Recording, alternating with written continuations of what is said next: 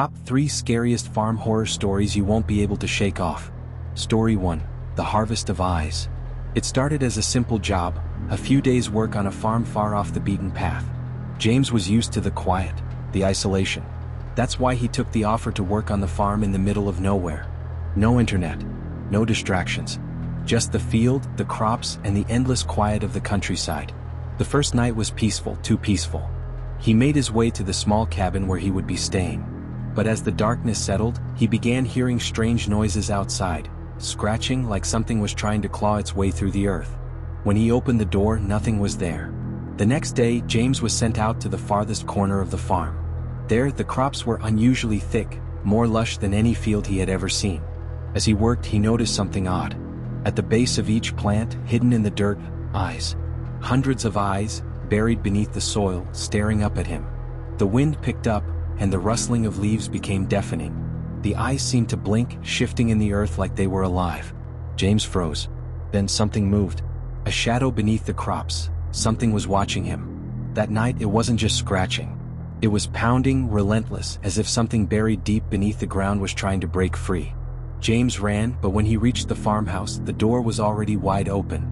Inside, the walls were covered in wet dirt, and the floor was crawling with eyes, each one blinking in sync with the others. The worst part? James didn't leave. The farm wasn't the source of the terror, it was the eyes. They never let him go. Story 2. The Farmer's Warnings. Emily didn't believe in superstition, but after 3 weeks of staying on the farm, even she couldn't ignore the warnings. She had rented a small cottage from an old farmer whose family had been there for generations. As Emily settled in, she began to notice strange things. The cattle would stare at her too intently, their eyes gleaming with an unnatural awareness. At night, the wind carried whispers, soft, unintelligible words that seemed to come from nowhere. The farmer warned her, "There's something wrong with this place. Don't stay out after dark." It was absurd, she thought. She had lived on farms before. But every night, the whispers grew louder, and the shadows outside her window twisted unnaturally, as if something was hiding just beyond her sight. One evening, Emily ventured out, determined to prove the old man wrong. The farm was dead silent, save for the sound of the wind. She ventured towards the barn at the far end of the field. As she approached, she saw it.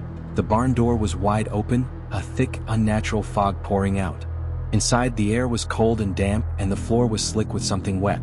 When her flashlight beam landed on the far wall, her heart stopped. Hanging from the rafters were the remains of the cattle, gutted, their skin peeled off, hanging like grotesque decorations. Then she heard it, the low, guttural breathing. She spun around, but there was nothing there. But as she turned back to run, she saw it. Behind her, the shadows were alive, coalescing into a twisted, monstrous shape. It had no eyes, no mouth, just the outline of a body that moved closer with every breath. Emily didn't make it out of the barn that night. The farmer's warning was true. Something had been feeding on the farm for centuries, and now it was after her. Story 3. The Barn That Bled. Lucas always hated the old barn. It sat at the edge of his family's farm, untouched for years. The barn's wood was warped, decayed, but still standing. His father had told him to never go near it, and Lucas had always obeyed. But when his father passed, Lucas took over the farm, and curiosity gnawed at him like a hunger he couldn't ignore. One evening, when the sun set and the last light faded over the horizon, Lucas walked to the barn.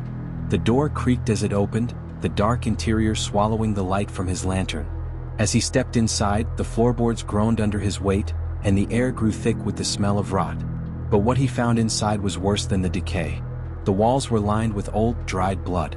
There was a strange, pulsating sound coming from the far corner, like something breathing. His heart began to race, and his hand trembled as he reached for the lantern. And that's when he saw it. Something was moving beneath the floorboards. Something huge, something alive. The barn seemed to be breathing. The wooden beams above him creaked as if they were alive, groaning under the weight of whatever was inside. The blood began to drip down the walls in thick, unnatural streaks. Then there was the whisper, "You shouldn't have come back." It came from beneath the floor. The sound of scraping, clawing, something desperate to escape. And in the dark corner of the barn, Lucas could see it now, eyes, countless pairs, glistening in the darkness, waiting. The barn had a life of its own, a hunger that had been fed by the family for generations. And Lucas had just become its next victim.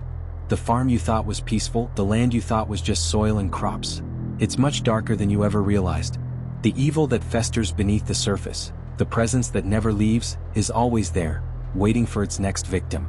You've just heard their stories. Do you feel them watching you? If you're brave enough to know what happens next, subscribe to the channel. You don't want to miss what lies beyond these stories. Because once you hear them, you're never really alone again. The nightmare doesn't end here. In fact, it's only just beginning.